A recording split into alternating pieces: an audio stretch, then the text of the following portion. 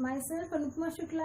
बच्चों, आज मैं आपको बीएड फर्स्ट ईयर का सेकंड कंपल्सरी पेपर शिक्षा के सामाजिक परिप्रेक्ष्य की फर्स्ट यूनिट का फर्स्ट चैप्टर नव सामाजिक व्यवस्था न्यू सोशल ऑर्डर के विषय में बताने जा रही हूँ।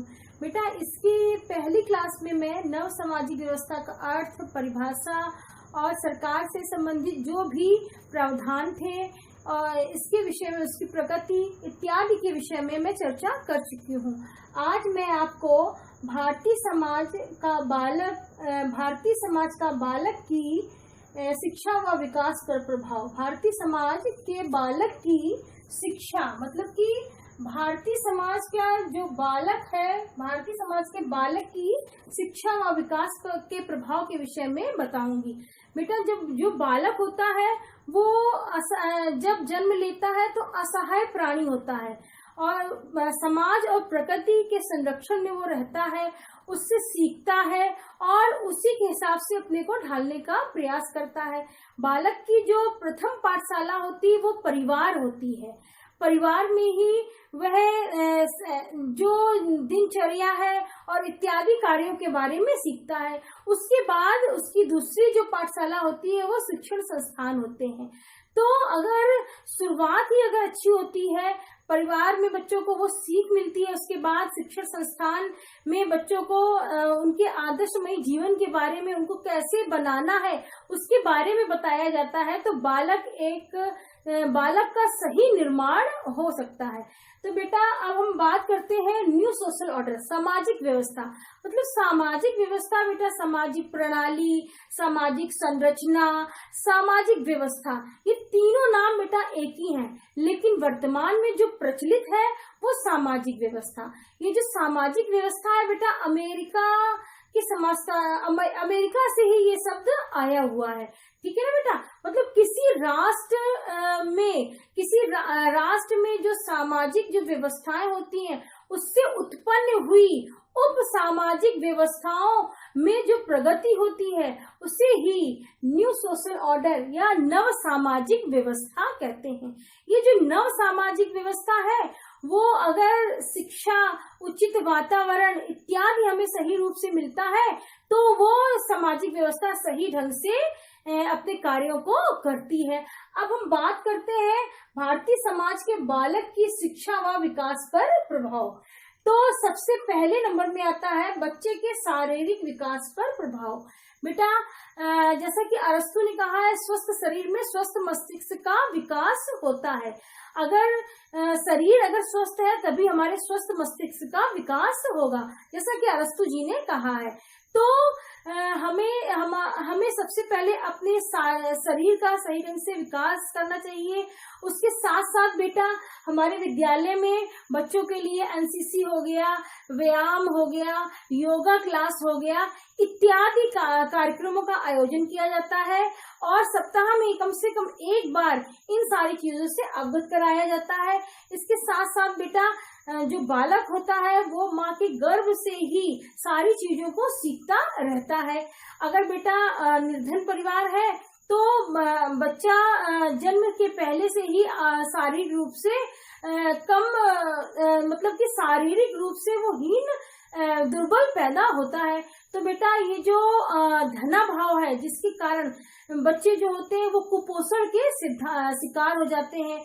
कुपोषण के बेटा जब शिकार हो जाते हैं, उन्हें संतुलित भोजन, उन्हें पौष्टिक आहार नहीं प्राप्त हो पाता है, तो वो समाज के साथ मिलकर सही ढंग से सबके साथ सहयोग नहीं कर पाते हैं। और इसी के बीच अगर जिनके पास सारे संसाधन होते हैं उनके पास श्रमा अभाव होता है, मतलब श्रम का अभाव होता है, वो मेहनत नहीं कर पाते हैं, जिसके कारण उनमें शारीरिक दोष उत्पन्न हो जाता है। तो हमारे भारतीय समाज को चाहिए कि हमें मतलब कि सभी वर्ग के, चाहे वो निम्न वर्ग हो चाहे उच्च वर्ग हो, सभी वर्ग के बालक और बालिकाओं को संतुलित और पौष्टिक भोजन की व्यवस्था करना चाहिए। उनको उचित दिशा में कार्य करने के लिए उन्हें मार्ग प्रशस्त करना चाहिए। शारीरिक विकास के विषय में उनको और उनके अभिभावकों को भी अवगत कराना चाहिए, तभी बालक का सही ढंग से शारीरिक विकास हो पाएगा। बेटा अगले नंबर में आता है बालक के मानसिक विकास पर प्रभाव। इसके साथ साथ बेटा जो भारतीय समाज है उसका अगर शिक्षा का सही प्रभाव नहीं हुआ तो उसके मानसिक विकास पर, उसकी भाषा पर हुआ, उसकी कल्पना, चिंतन, तर्क मतलब तार्किक योग्यता पर भी प्रभाव पड़ता है। वो सही ढंग से सोच नहीं पाता है, वो सही ढंग से कार्यों को नहीं कर पाता है। और जब बच्चा सही ढंग से चिंतन मनन नहीं कर पाता है तो वो सही ढंग से उसका विकास भी अवरुद्ध हो जाता है।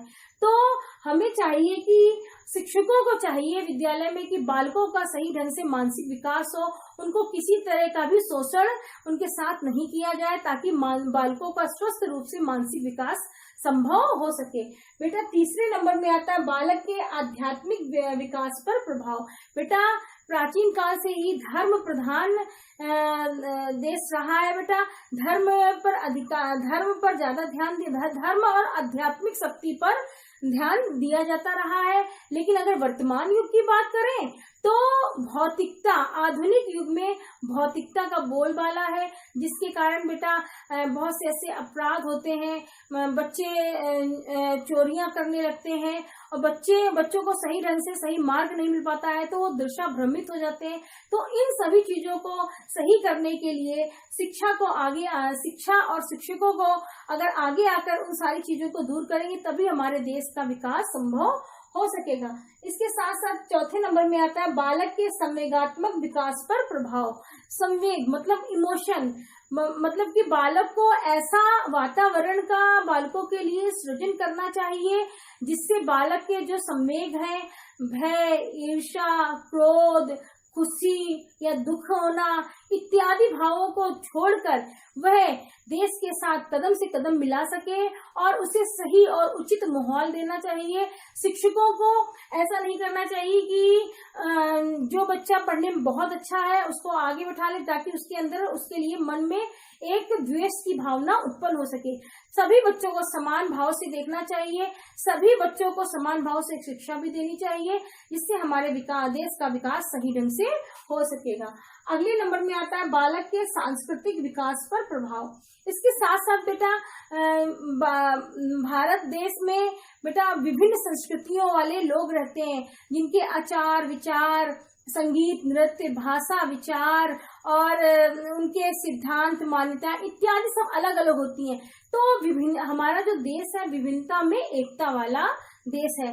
तो मतलब विभिन्नता होने के बाद भी हमें इस तरह की शिक्षा, इस तरह के पाठ्यक्रम को स्थापित करना चाहिए जिससे बच्चों की रुचि और योग्यता का विकास हो सके और बच्चे सही मार्ग पर जा सके। अगले नंबर में आता है बालक के नैतिक व चारित्रिक विकास पर प्रभाव।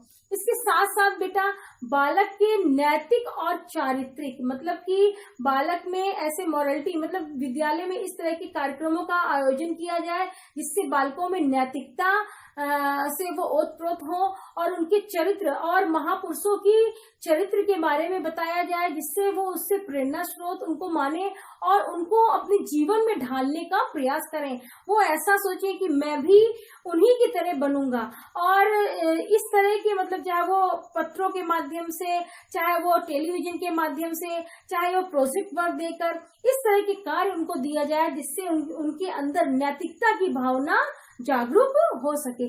तभी हमारे देश का, हमारे नव सामाजिक व्यवस्था का सही ढंग से विकास हो पाएगा।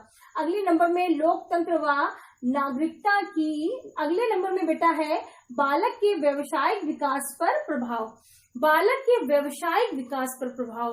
बेटा व्यवसायिक विकास पर प्रभाव इस तरह से होगा कि बालक को जो शिक्षा दी जा रही है वो व्यवसाय परक होना चाहिए, वो उसके आगे जीविकोपार्जन में सहयोग देने वाली होनी चाहिए। मतलब इस तरह की शिक्षा दी जानी चाहिए जैसा कि 1937 में महात्मा गांधी जी ने बेसिक शिक्षा, जिसे वर्धा शिक्षा योजना, बुनियादी शिक्षा योजना कहते हैं, उन्होंने बालकों की शिक्षा के पाठ्यक्रम में हस्त निर्मित कार्यों को भी जोड़ दिया था।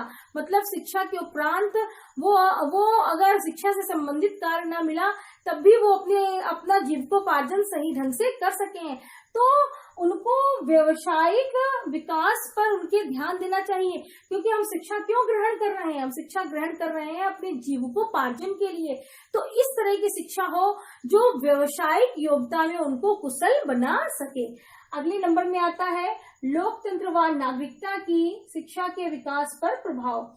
इसके साथ साथ बच्चों को लोकतंत्र के बारे में अवगत कराना और नागरिकता की शिक्षा देना, उनको ये बताना कि बच्चों हमारा जो देश है वो लोकतंत्रात्मक देश है, प्रभुत्व संपन्न देश है, हमारे देश में वयस्क मताधिकार प्राप्त है देश के नागरिकों में, और हमें मौलिक अधिकार, मौलिक कर्तव्य जिनमें हमें समानता का अधिकार, स्वतंत्रता का अधिकार, हमें भ्रातृत्व का मतलब भाईचारे के रूप में रहने के लिए कहा गया है, और इसके साथ साथ समाजवादी भावना, लोकतांत्रिक भावना और हमें निष्पक्ष न्याय की व्यवस्था भी हमें दी गई है। तो बच्चों को इस तरह की भावना का विकास करना चाहिए ताकि वह सही ढंग से अपने विकास मार्ग की तरफ जा सके। बेटा 9th नंबर में आता है बालक के व्यक्तिक व सामाजिक विकास पर प्रभाव। इसके साथ साथ बेटा बालक के व्यक्तिगत जीवन, मतलब अगर बालक कक्षा में नहीं आ रहा है और देर से आ रहा है, वो ऐसा क्यों कर रहा है, तो उसकी व्यक्तिगत समस्याओं को भी सुनना चाहिए कि उसके न आने का कारण क्या है, और संभव हो सके तो उसको सुलझाने का प्रयास करना चाहिए, उसके अभिभावकों से मिलना चाहिए। इसके साथ साथ उसके सामाजिक, उसको समाज में ऐसा तो नहीं हे दृष्टि से देखा जा रहा हो और समाज में उसके साथी लोग उसके साथ ऐसा व्यवहार तो नहीं कर रहे हैं जिसके कारण उसका सामाजिक और व्यक्तिगत प्रभाव सही ढंग से नहीं हो पा रहा है। तो बालक के व्यक्तिगत और सामाजिक विकास पर जो प्रभाव पड़ रहा है उसमें भी पूर्णतया योगदान शिक्षक ही दे सकते हैं। अगर शिक्षक सही रूप से बालक को व्यक्तिगत और सामाजिक दृष्टि से उन्हें सक्षम बनाने योग्य तैयार करेंगे तभी हमारा विकास सही ढंग से हो पाएगा। अंत में बेटा भारतीय समाज और राष्ट्रीय लक्ष्यों की प्राप्ति, मतलब भारतीय समाज में राष्ट्रीय लक्ष्यों की, मतलब हम अपने अगर घर से प्यार करेंगे, फिर घर के बाद हम अपने समुदाय से अगर प्रेम व्यवहार रखेंगे, समुदाय से फिर शहर से, फिर जिले से, फिर देश से, राज्य से, तभी हम अपने राष्ट्र से भी प्रेम और सद्भावना रख पाएंगे। तो बालकों को इस बारे में अवगत कराना कि हमें सबसे पहले अपने देश में जो राष्ट्रीय जो लक्ष्य है उनको पूरा करना है। बेटा हमारे देश में जो जनसंख्या जो बहुत तीव्र गति से बढ़ रही है उसको रोकना है, रोकने के कारणों को ढूंढना है। इसके साथ साथ जो इस समय जो वर्तमान में समस्या है प्रदूषण की, उसको भी खत्म करना है। बेटा विद्यालयों में जाकर वृक्षारोपण, वृक्षों के बारे में बताना, बच्चों को बच्चों से वृक्ष लगाना या प्रवेश के समय उनको वृक्ष वितरित करना, जिससे वो उनके अंदर ये ज्ञान हो कि हमें प्रदूषण को समाप्त करने के लिए इन सारी चीजों को करना होगा, तभी हम स्वस्थ रह सकेंगे, तभी हमारा समाज भी स्वस्थ रह सकेगा। इसके साथ साथ बेटा हमारे इसमें न सामाजिक व्यवस्था में शिक्षा का भी महत्वपूर्ण स्थान होता है। अगर हम अपने देश के सभी बच्चों को सही ढंग से उनको शिक्षा दे पाएंगे, उनके शारीरिक, मानसिक, चारित्रिक, आध्यात्मिक इत्यादि विकासों को सही ढंग से कर पाएंगे, तभी हमारे देश का उत्थान हो पाएगा। और हमारे अगर शिक्षकों का भी नव सामाजिक व्यवस्था में महत्वपूर्ण स्थान रहता है। अगर हमारे शिक्षक जो बच्चों के पथ प्रदर्शक होते हैं, सलाहकार होते हैं, तो अगर बच्चों को सही रास्ता दिखाएंगे, सही ढंग से उनको चाहे वो शारीरिक विकास हो, चाहे मानसिक, आध्यात्मिक, संवेगात्मक या नैतिक उत्थान हो, सही ढंग से उनको उसके बारे में बताएंगे, तभी हमारे नागरिकों में उस चेतना का विकास होगा और हमारे नागरिक सफल देश के नागरिक होंगे। और इसके साथ साथ अगर हमारे शिक्षक भी पूर्णतया ईमानदारी और कर्तव्य निष्ठा से इन सभी कार्यों को करेंगे, तो वाकई में ये जो नव सामाजिक व्यवस्था है वो सही ढंग से चलने लगेगी और हमारे देश के विद्यार्थियों का, हमारे देश का उत्थान सही ढंग से होगा। थैंक यू बेटा। अगली क्लास नेक्स्ट टर्म में